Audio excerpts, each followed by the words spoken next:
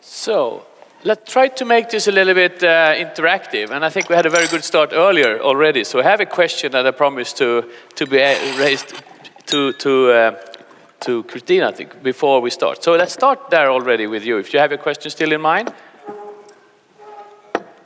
There are mics maybe around there if you can speak. I don't know if we're here. Does that work?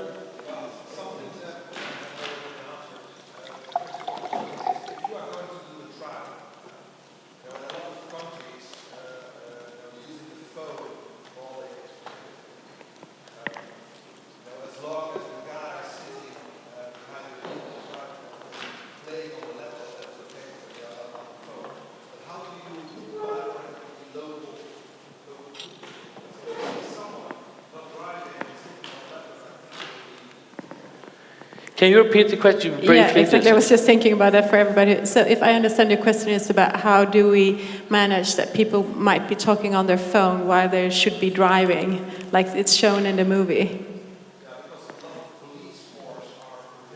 Yeah, there is a lot of regulation against doing that. Well, this example is very much put into the movie just to elaborate a little bit on that theme. So I think it's an example on where we have current regulations that may have to change in some countries or may change actually in some countries. In Sweden, you are actually allowed to use your cell phone while you are driving, if you're using a headset and so on. So it differs between different countries, but it's in the movie it's there in order to be a bit aggressive and start a discussion on what are you allowed to do when you're in the car and when are you responsible and when are you not responsible. Okay. I believe this question is also for me, and I think this is just pointing out that we have some activities to do as a regulator at the international level, because if we do it at the international level, then we can dispatch the outcome of the work in the different countries and harmonize. Because if we come out with some traffic rules which are differing from in various regions, parts of countries, is not going to help the deployment of these technologies. So there is some work to be done by the authorities and the regulator. Great, thank you. I think we should be a little bit nice. Before I take the next question, Ralph, if somebody didn't see you before, just introduce yourself to the audience, please.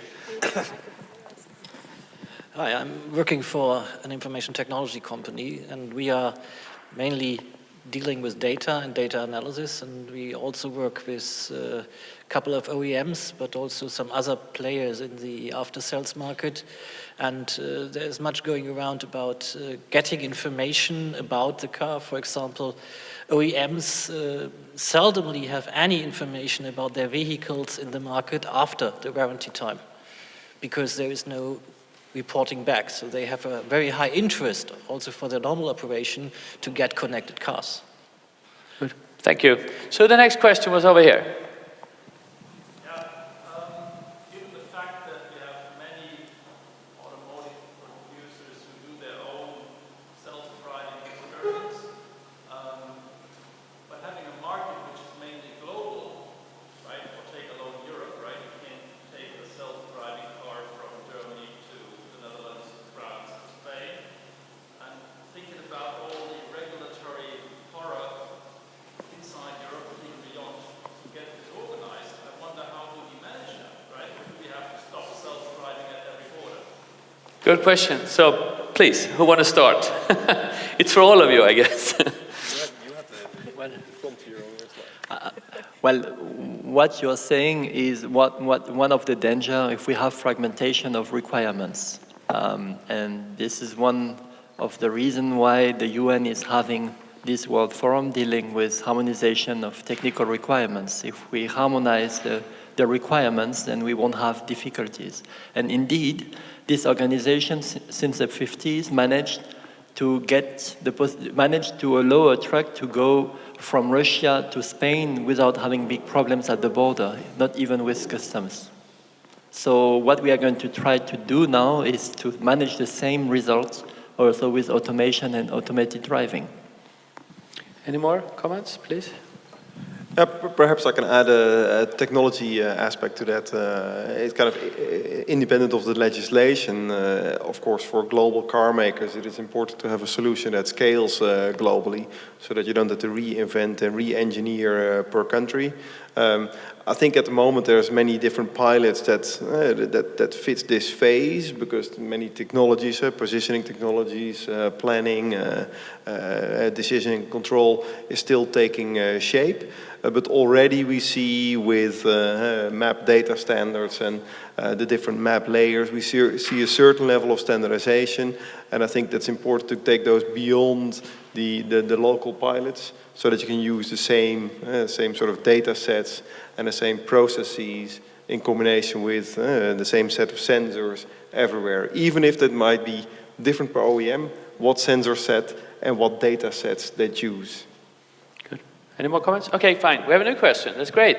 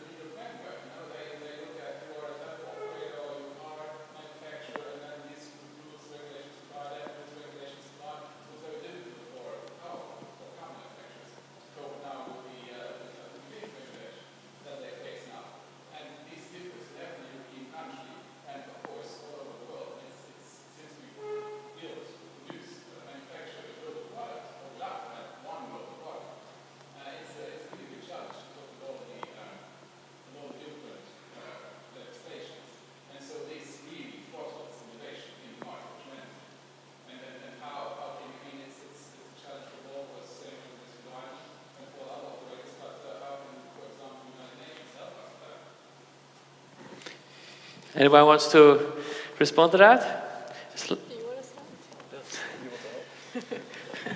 I personally fully agree. There's a lot of question around this whole issue, and I mean, they have to be addressed, all of them. Yeah, so. and I mean, of course, there is a lot of new legislation that needs to be in place or needs to be changed and so on. But as a car manufacturer, you have to see to that we have, like when people are asking me here, so are you looking for something for next year and so on, you have to understand that I know what we are going to produce in year 2020. That book has already been closed. I mean, I'm looking now towards 2021 and towards 2030 for the strategies.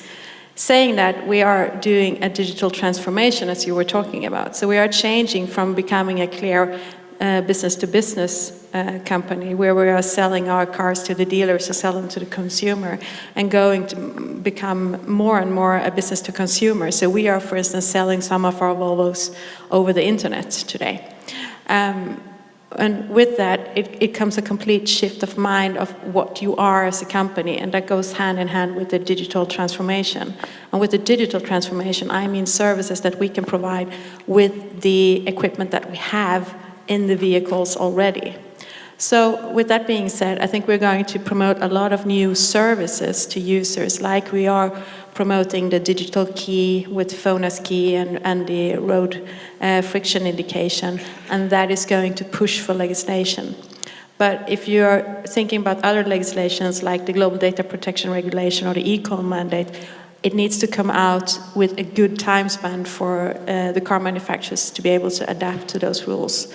But if we start working on new regulations today, then we maybe have something in the market in 3 or 4 years that we can use. Please. Just fight about it, it's okay. Just fight about who's going to talk, it's fine. I just was triggered by your point that you're saying you're becoming more and more B2C, more end-user focused. I have the impression there's also a second trend. So on the one hand, cars need to be sold more to individual end users, and their automation may start at the highway level and then come down to smaller road classes. at the other side, I kind of see also a B2B business supplying perhaps to, it could be taxi companies or transportation companies who provide really autonomous cars in a very small geographic area, right? It could start in one city. But exactly, it could be Pittsburgh, right? But it would have to start from the smallest road classes up to the highest road classes for that entire city, but not anywhere in the rest of the world. Yeah. So it's two very different types of applications, perhaps even different types of cars.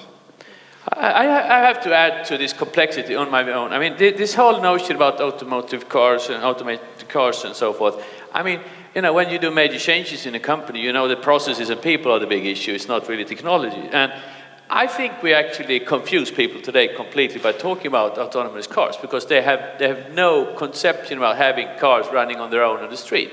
And when you look into numbers, yesterday actually Berg Insight published some numbers, I don't know if they're right or wrong, but they basically said that there are going to be some 8 million cars on the roads globally by 2030 there are semi or whatever, not fully autonomous. And they say that the autonomous cars will not be around before 2030.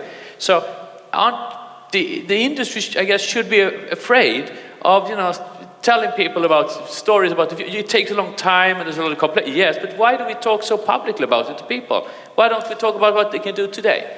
When you touched on that a little bit, and you can drive better, you can things in your luggage and all. Why is this focus on automotive taken to the consumers in the way you do it? I don't get that.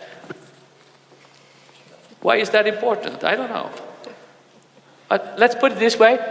If you talk about 5G, it's exactly the same. You know, why talk to people about that today? That's 4 or 5 years from now. Well, I can give you an example. I've been in the automotive industry for 18 years, and this is the first year where there is a different mindset also in the management. So if, for instance, when the Tesla was hacked, it took like 1 or 2 hours, and then our CEO went to our CIO, who went to my manager, who went to me, and it was like, do we have the same problem? And I was happy to say, no, we don't. But everybody's talking about it. So I mean, my father is calling me and talking to me about what's happening in the industry in Germany and so on. So everybody is really interested in this topic, and there is a drive from the public to have more technology development and to be more efficient. And autonomous drive is one thing that you can do there. I am personally most interested in what's going to happen with our cities when we have autonomous driving. Because if you think about the roads and the infrastructure, everything is designed for people driving cars. So we have like really wide lanes and so on, and we have crossings in a certain way and so on. But when we only have machines driving for us, what can we do with that extra space? How can we utilize that? Can we have nicer parks? Can we get rid of all the ugly parking lots in the cities and just make the car drop you off and then go away and then come and collect you again and so on? So I think there are many changes to this, but it's going to be somewhat slow in the beginning, and then I think it's going to really rocket off. You know, to add to the whole issue, I guess, remember, it was about 10 years ago we got a smartphone. Read, 10 years. And, you know, and we thought it was a phone, it was bigger, and you know, it changed a lot. And now people talk about apps and stuff like they've got to be there forever. And we also say technology moves faster and faster. So 2030, that is so far away. So do we don't even know outside the actual car, or do we know what the society will look like? We decided already in 2011, we know one thing for sure, because I got the request, okay, we want to connect the cars to the internet, and it should be possible that I don't connect the car the whole time, and then it is 25 years lifespan. So in year 2036, I want to connect the car for the first time, and then it should work. And then we sat down and thought about it, and then we thought, okay, IP addressing, that's probably still going to be there. So that's what I'm aiming for. IP addressing is still going to be there. Everything else is going to change. You had a comment there? I would like to try to give an answer, maybe a nasty answer, about the question, why do we talk about level 5 automation, and actually the reality is much lower. I think we all talk, and especially in the political level, we all talk about addressing major issues and major challenges, about pollution, about safety. When we talk about safety, it's 1.2 million people dying per year on the streets. the vision is that replacing fully the human being by the machine, we could reduce maybe the fatalities of 90%. We have some visions like this, and everything got accelerated because some new players from the internet companies said we are going to go straight forward to level 5, and they did huge progress, but they still didn't deliver. The first time I saw the story about Pittsburgh in the news, I thought, wow, great, I missed something. And then I realized that this was a simple, normal car with a customer who signed a waiver, a backup driver, and a backup for the backup driver, you know. So there are at least 3 persons in this car, and this is going to be limited. So no, I think, so you understand there is a hype because there is a demand, and there is also the incapacity to address all the issues at the same time, I think. Let's shift gear. Sorry, let's shift gear. It's a quick comment. Yeah, just quickly, because I think that indeed the features that we sell today will also include part of this, and that will help pave the way for user acceptance of automated driving in the long run. Because the number of hands here, I don't think is representative of the number of hands across the population that would want to drive a self-driving car today, right? So we need to build that acceptance. Yeah. So let's shift gear completely. Oh, sorry, you have a comment? Just 2 remarks. One is there is this interesting saying that usually we overestimate what changes within 2 years, but we totally underestimate what will change in 5 years or a longer period. Because, I mean, it's difficult to predict the future. And the second thing is, in all the discussion, in particular in the public, I often ask myself, since when is nobody talking any longer about the fact that he uses autonomous planes? And if you ask a pilot when will he fly himself, he will answer, only if no other planes are near and I don't have passengers. That's... I love that analogy, actually, because some 20 years ago I read somewhere that people said the biggest risk in airlines is the pilot. And now they can fly by themselves, but they don't, because we simply don't want them to be without pilots. And I think that's a similar issue that the car industry is going to face. Let's shift gear practically into something else. Everybody shows the same kind of slides. We all see this whole wonderful future where roads and everything's connected and all the guys, and you can do insurance and maps and all. You know, everybody has the same slides, really, more or less. But who is actually going to do that? And actually, you can even ask who is actually going to do the actual cars that moves, 2030. Because if you look at Paris today, I think there are 3,500 cars manufactured by somebody completely differently. There are electrical that goes, that you hire and so forth. So what makes TomTom, what makes you believe that you are the guys to do this whole thing? Perhaps we're in a sense humble, right? We're not going to make cars, right? At TomTom we will make the data loop that will form an essential part of that self-driving car, and we think we will be part of that because we have a big experience in mastering big data. So far GPS traces, and that's going to be sensor data, and it's going to be a much richer data loop. I think that you need to understand that the vehicle, it's very often compared to a cell phone on wheels. It's very much different. It's like 100 cell phones. We have 100 ECUs in our vehicles today that are connected to each other. And then not to mention the 35 systems that we have outside the vehicle.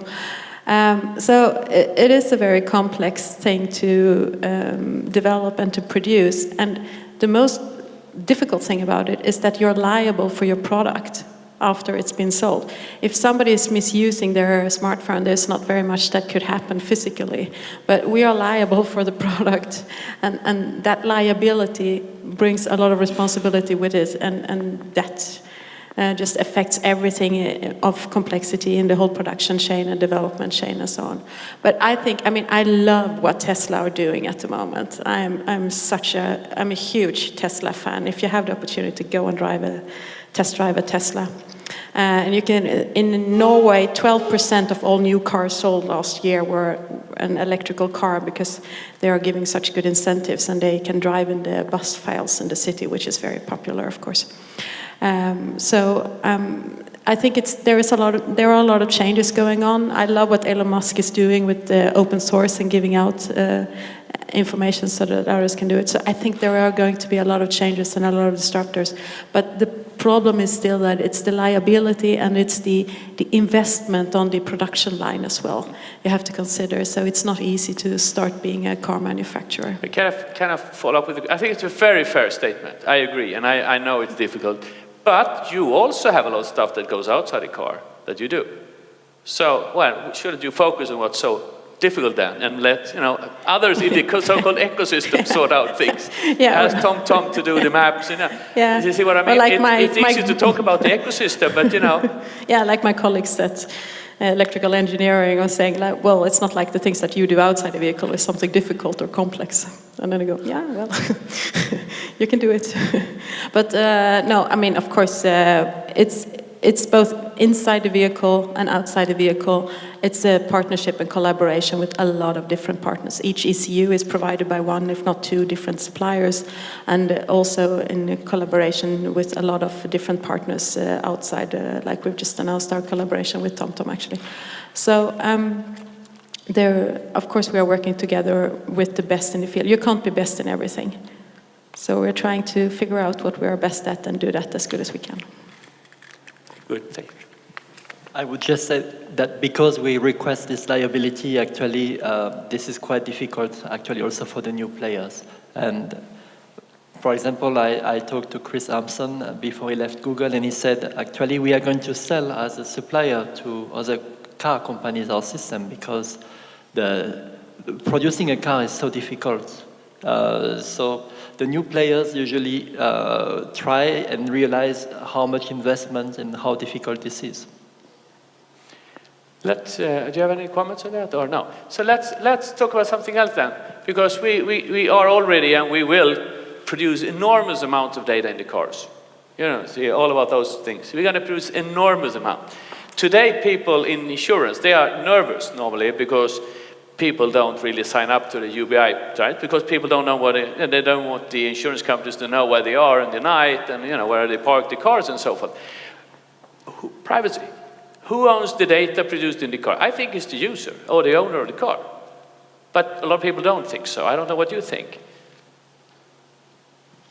We are generally stating that the data generated by the vehicle is owned by the customer and that we are the stewards of the data. Okay. So, TomTom, Will, yeah? It's a very important point. I mean, with our consumer devices, we've had, of course, a lot of customer data already, and there we've always taken that firm stance that it's the user data are owned by the user, and the user needs to give his consent, and then you give data, you get something in return, and we want to make that trade clear to the end user. Right? You contribute, and then you get traffic information, and that's the way we think it should be set up. I can maybe add also, you need to think about the different cultural aspects of it. Here in Germany, everybody is very protective about the data, and I believe rightly so. In Sweden, people don't care because they just give away their data for anything, so it's difficult being a Swedish company sometimes. In the US, people say, as long as you pay me, I will give you whatever data you want. And in China, also, generally, people don't have a concern about the data, which it's been explained to me by my colleagues that it doesn't matter because they already know where I am. They already have my data, so it doesn't matter if I share my data in the connected car. Sad. You think it's going to stay that way? In China? No, anywhere. In Sweden or in the US, do you think people will not care moving forward? It's difficult to predict. I don't think the German mindset is going to change within the next 20, 30 years for that. I think that we as a company are taking a very a good stand on saying that the data, it's the customer's data, and we should protect the customer's data, and we should not try to aggregate and get data that we don't need.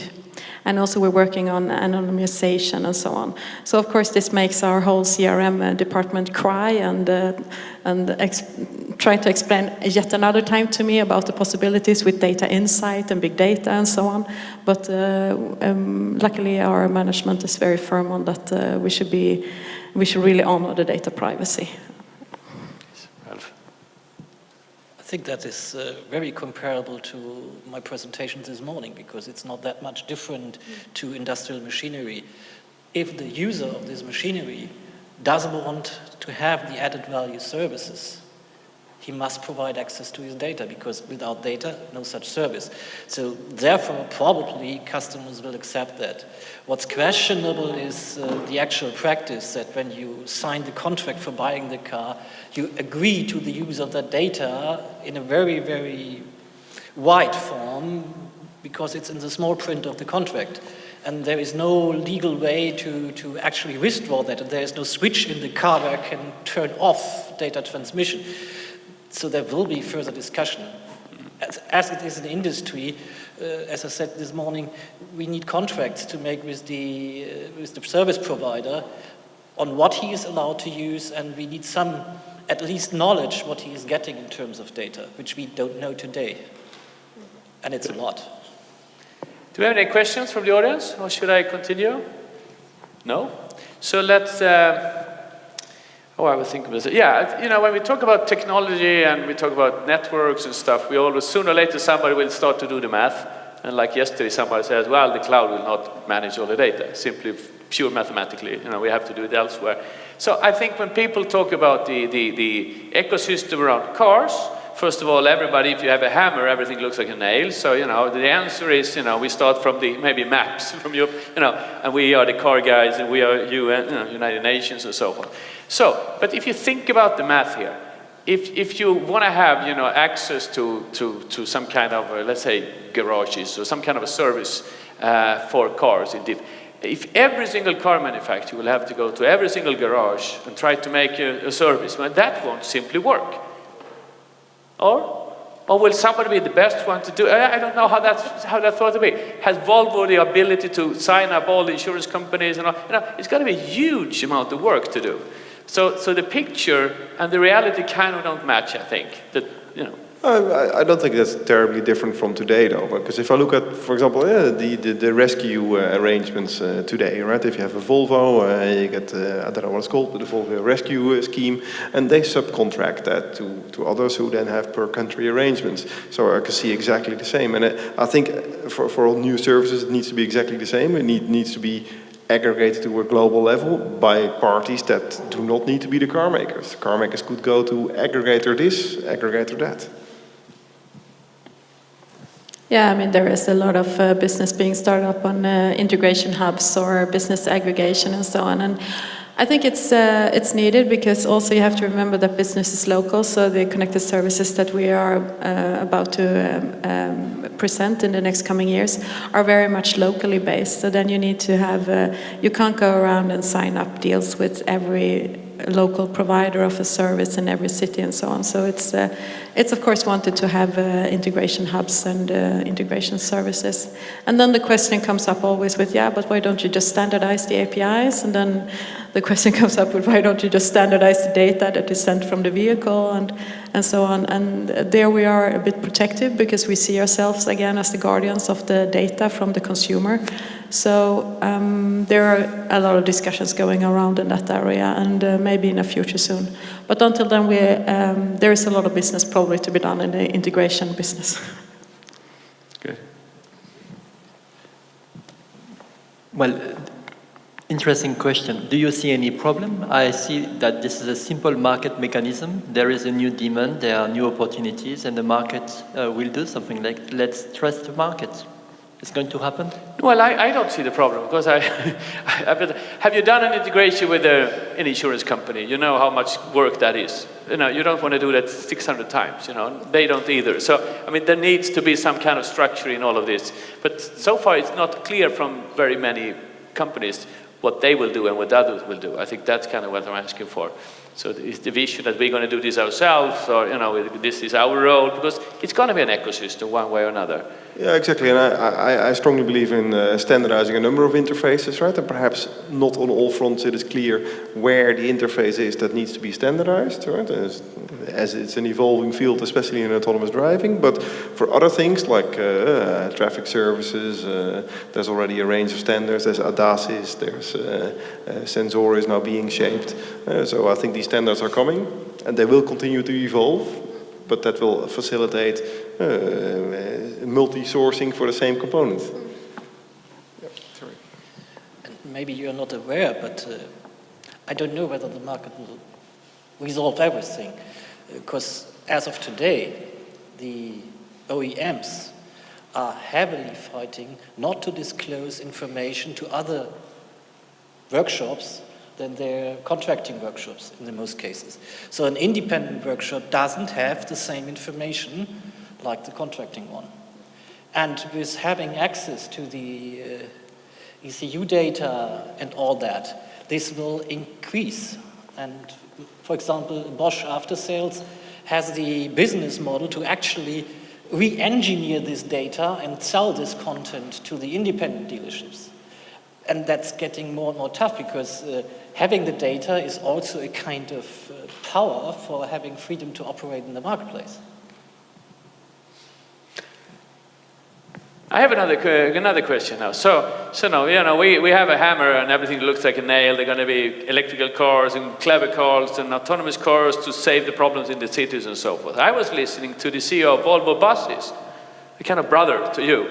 And it's a very old company, you know, and he said something just amazing. He said, we've been working, I think he said 12, 50 years or something like that, on electrifying buses. And now we have reached the third level, which is a completely electrified bus.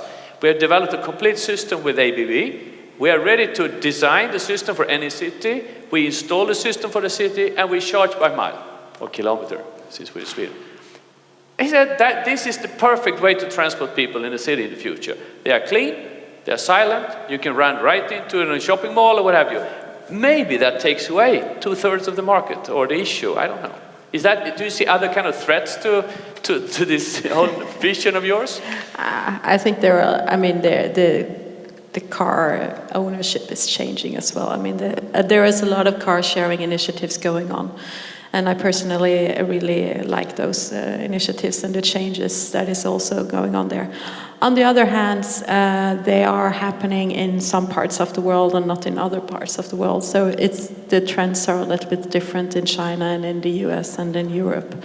But I think, I mean, it's definitely going to change on who owns a car. And I mean, if you just look on the young people in Germany or in Sweden and how many has a driving license, that is currently changing a lot compared to 20 years ago.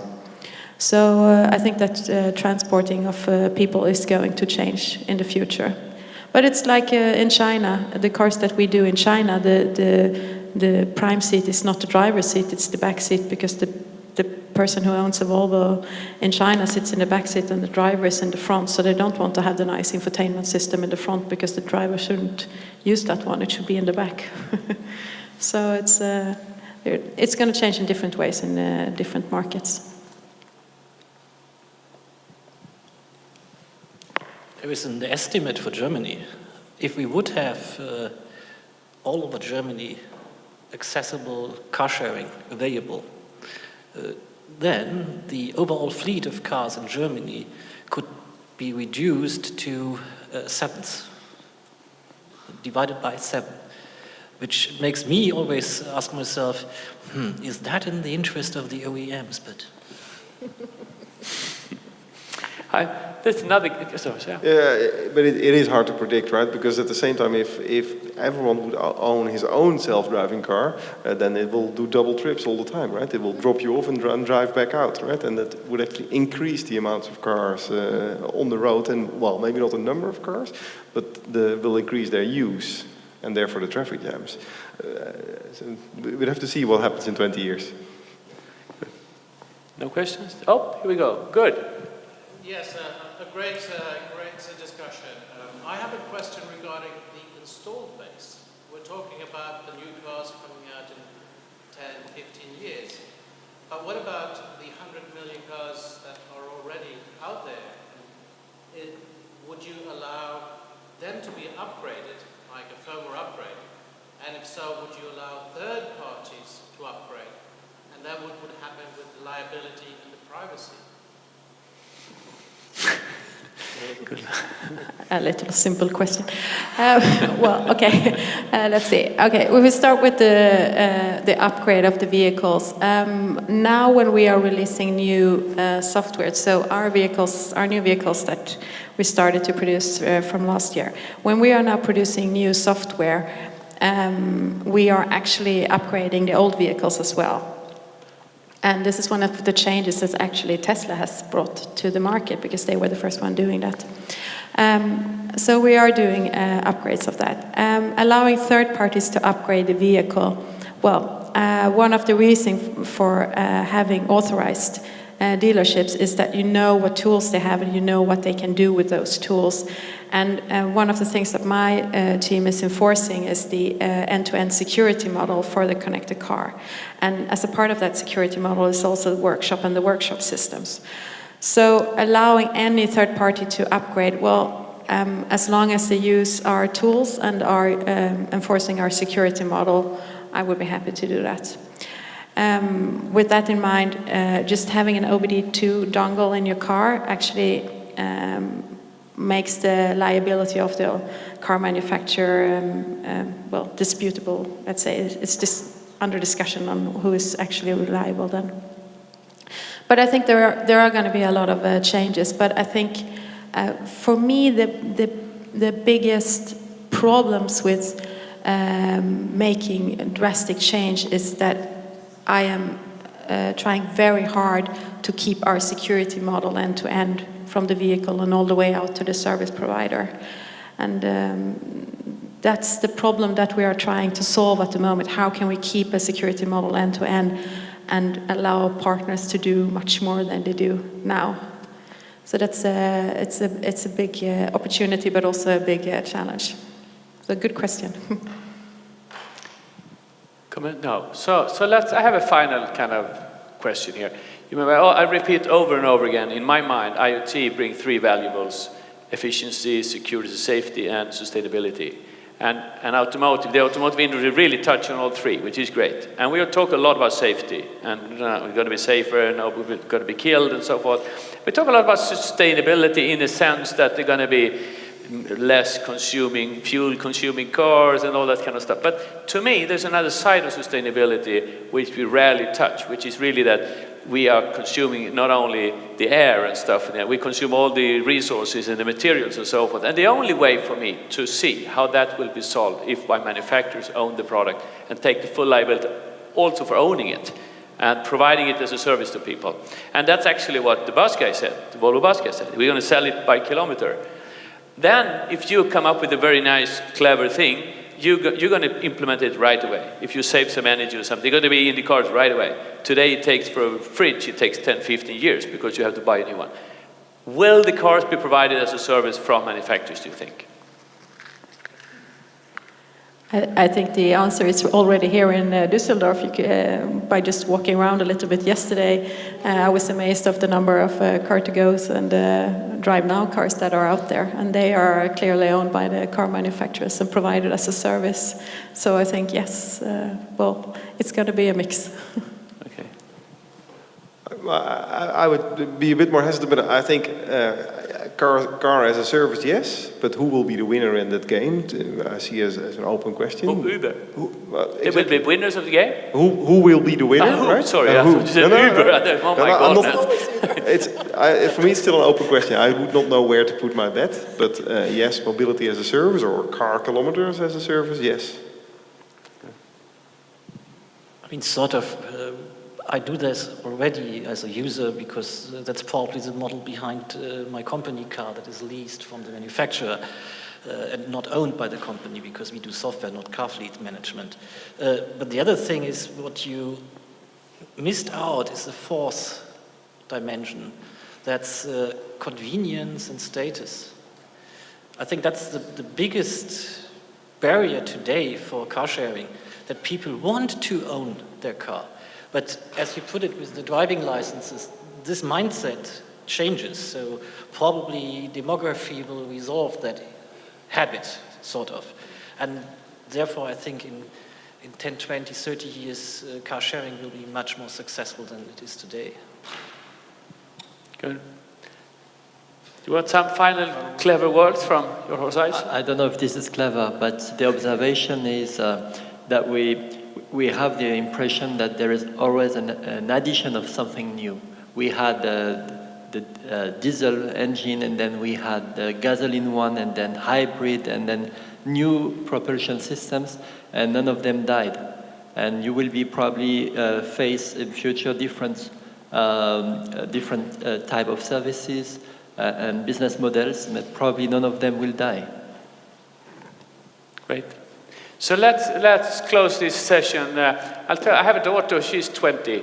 She's fairly, into technology, specifically mobile phones. And as I told her, well, my dear, isn't it time to get a driving license? And she said, why? Well, I don't know. Yeah, you need to drive. It's very important. It's good to own your car. And I said, no, it's terrible. And the second thing we talked about was even more. Then I said, so what do you work with? One of the things is connecting cars. I was really excited. I said, oh, aren't they already connected? She was just assuming that all cars were connected. That was obvious. So anyway, thank you for listening, and thank you to the panel. It was a great discussion. Thank you.